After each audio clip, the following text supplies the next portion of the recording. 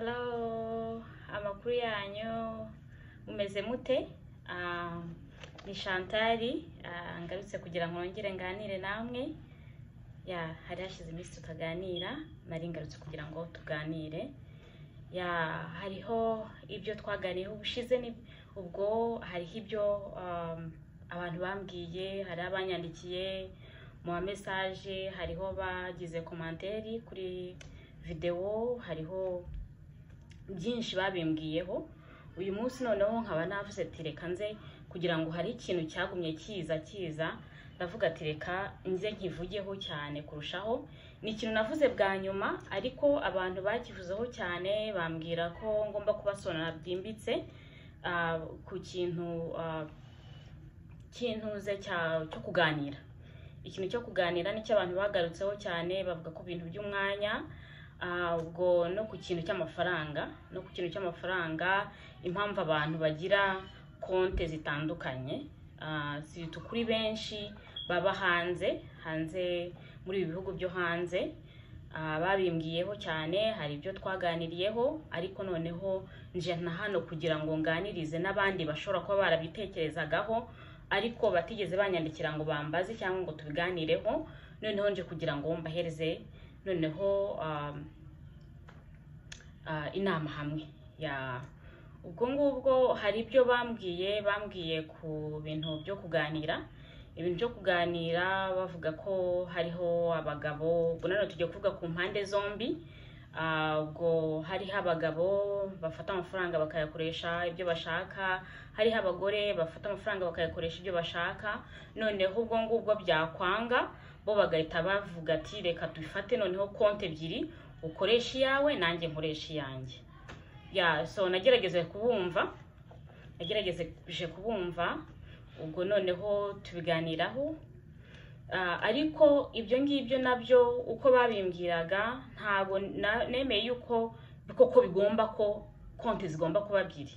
Ntago konte zigomba kuba ebyiri, kuko ikintu cyagaragaye kiri hagati aho ngaho ni ikintu kivuga ati ibintu byo kuganira, communication. Ibintu byo kuganira, nta bintu byo kuganira bihari, kuko iyo muganira murashobora no kwicara hamwe mukumvikana ku ntu amafaranga mugomba kuyakoresha. Nko kuvuga ngo hariho abagore bafata bakajya kubaka iwabo mu bihugu by'iwabo, hariho abagabo bafata amafaranga bakagenda kubaka mu bihugu by'iwabo ariko batigeze babwira umugore cyangwa umugabo. Ibyo ngibyo ni ukuvuga ko kuganira nibyo biba bibuze. Burya muri mariage yo kuganira byabuze n'ibindi byose birapfa, kubera ko umwe yikorera ibye n'undi agakora ibye, noneho bikageraho noneho bigapfa burundu bikarangira. Noneho hakagira no kwinjiramo, kubera ko iyo hatangiye n'icyo kintu cyo guhishanya, cyo kuvuga ati ngiye madamu ndakora ibyanjye, umugabo ngiye ndakora ibyanjye, noneho hageraho hakabaho n'iki na ya shitani ikabona umwanya kugira ngo yinjire mu rugo. Yamara kwinjiramo noneho ikanabatandukanya, igahita izanganamo ibintu by'ubusambanyi, gucana inyuma n'ibiki byose. So ubwo rero nicyo kintu nashaka kugarukaho cyane, mbabwire memke ikintu mugomba gukora no kuganira. Ukabwira umugabo wawe akantu akariko kose. Niba ufite inshuti ku ruhande, inshuti iri hanze, itari mu rugo iwanyu, atari ababyeyi bawe, atari barumuna bawe, bakuru bawe, umugabo asanzwe azi, ugomba kubibwira umugabo. Ni ukuvuga ko niba gutura ikibazo akamenya ko ba bantu bahari, avuga ati tugiye gukora mu mafaranga, ngiye gufasha uyu muntu, ese ubona biri ngombwa? Ukamubaza ati ese ubona ari biri ngombwa? Ukabaza umugabo cyangwa umugore, ukavuga ati ariko se ubona bano bantu biri ngombwa ko tubafasha? Ese ubona amafaranga dufite hano angana gute ku buryo dushobora ko twafasha iyi famiye? So ni ukuvuga ko niba umugabo avuze ati ndabona bidashoboka, ntago byashoboka ko tushobora kubafasha kubera ko amafaranga ari makeya, cyangwa aya mafaranga tugomba kuyakoresha ikindi kintu, cyangwa umugore avuze ko nguko, ni ukuvuga ko mugomba kumvikana hagati yanyu, mukavuga ati cyakoza, mukareba hagati yanyu, mukicara koko mukabirebaho, mukavuga ati ibintu ntago bikwiriye, ntago biri ngombwa, reka tubyihorere, noneho dukomeze ubuzima. Abo ngabo nabo tuzabwira ko tutabishoboye kubafasha, hari ikibazo kanaka. abagabo cyangwa abagore bafata amafaranga bakayajyana hanze bakajya kuyakoresha hanze.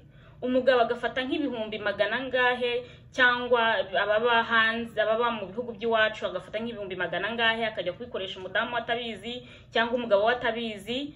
Iryo ni ikosa rikomeye cyane. Noneho abantu bari hano hanze gufata nk'amafaranga nk'ibihumbi 10 cyangwa 15 cyangwa 20 ukagenda ukajya kubaka iwanyu, ukubaka utigeze ubibwira intuze umufasha wawe cyangwa umutware wawe. Iryo ni ikosa rikomeye cyane kuko ni n'amafaranga asohotse mu rugo, amafaranga menshi cyane. Umugore agashiduka amafaranga yavuye kuri konte, cyangwa wewe waravuze ati ngiye ngomba kugira konte yanjye. Noneho bya bintu byo kuvuga ngo ngiye mfite konte yanjye, afite amafaranga ya kontorora n'undi nawe afite amafaranga ya kontorora. None ugasanga agiye gufata ibindi bintu hanze, agiye kubaka hanze mu bihugu by'iwabo, agiye gucuruza mu bihugu by'iwabo. Mu by'ukuri ibyinshi biranahomba, kubera ko nk'abantu twaganiriye bambwiye ati byinshi byarahombye.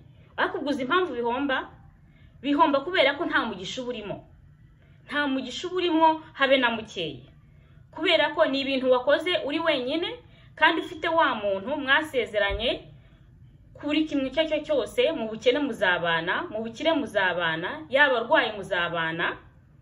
Urumva? None wabifashe bya bintu mu butunzi bwanyu wabikuye mugenda kubikoresha atabizi. Urumva? Ni ikosa rikomeye cyane, ni ikosa rikomeye cyane. Imana ntigishyigikira ibintu nk'ibyo ngibyo. Niyo mpamvu bigira gute bigahomba cyangwa bakabitwara, kubera ko nta mugisha na mukeye urimo.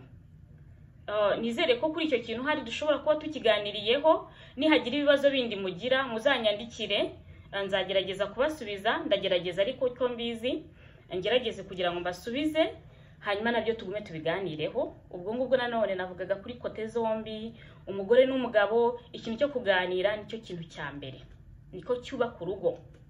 Iyo muganiriye umenya ko ariko kose, umenya madamu icyo ashaka, umenya umugabo wawe icyo ashaka, ikitamushimisha, ikimushimisha. Urabyumva? So ku buryo rero nyine iyo mutaganiriye ntago umenya undi, ntago umenya ikibazo cy'undi afite. N'intuze n'ibindi byose murashobora kuganira. Niyo bitagenda neza mu gitanda mugomba kubiganiraho,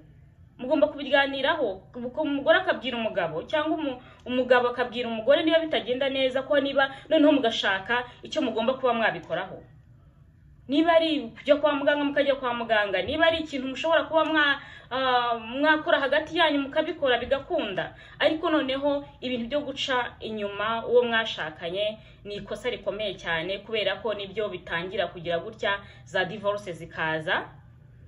Kubera ko abantu bandi babaze kwinjira mu rugo rwanyu, byanze bikunze havamo gatanya. Ugera hari hanze, niba ari umuhungu akakubwira ati umugabo wawe ni ishyano, umugabo wawe umeze gutya niki byose muti. Urabyumva? Kubera ko kwa kundi kutumvikana hagati yanyu, kwa kundi kutaganira hagati yanyu, kubera ko wagiye kumuca inyuma ujya gushaka uwundi muntu wundi wabonye wakunze. Noneho wa muntu wabonye wakunze nawe akagushyiramo amagambo mabi. So kwa kundi kugushyiramo ari amagambo mabi bikakwinjiramo, none ugatangira kwanga wa wundi mubana mu rugo. Ibyo ngibyo biba ku bagabo bikaba no ku bagore. So noneho rero mwakabyaramwe, reka tugire gutya twubake ingo zacu. Izitarasenyuka reka tuzubake. Zarasenyutse kuko baratandukanye, byaramaze kurangira. Ntago byoroshye kubigira ngo tubigarure, ariko nabyo byashoboka kubigarura. Harimo Imana byose birashoboka.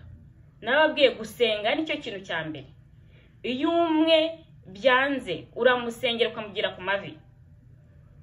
ukamugira ku mavi, byose bigashoboka. Reka rero twubake ingo zacu, reka ingo zacu tuzikomereho. Shitana mware iri gushaka gusenya ingo muri kino gihe, no kuri muze dukagurukire hamwe. Ufite ikibazo wese azajya mbaza. Narababwiye social media zanjye zose. Ufite Facebook, page yanjye ni Chantal Hakiza Official TV, niyo Facebook yanjye. Hariya wagenda ukarayikinga page yanjye, wamara kuyirayikinga wanyandikira message ndayibona nta kibazo, tugasubikanya icyo ushaka kumbaza ndagusubiza nta kibitwaye. Ubwo noneho kuri Instagram naho mfite Instagram ni Chantal Hakiza Official TV 11. ubwo naho wagenda wanyandikira nta kibazo nagusubiza. Hariho abantu bambajije ko bashobora kumpamagara ku telefone, ngo bifuza kumpamagara ku telefone.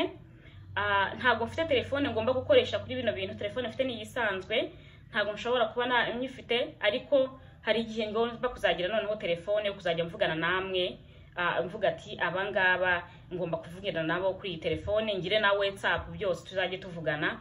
Ariko mu gihe ntarabigira mujye munyandikira kuri social media zanjye. Murakoze cyane. Yari Chantal, Imana ikomeze kuba biruhande, ndabakunda cyane kandi mwarakoze cyane gukora subscribe, muri benshi cyane mushaka kunyumva, n'ukuri ndabashimira bivuye ku mutima. Imana ikomeze kuba biruhande. Bye. Yari Chantal.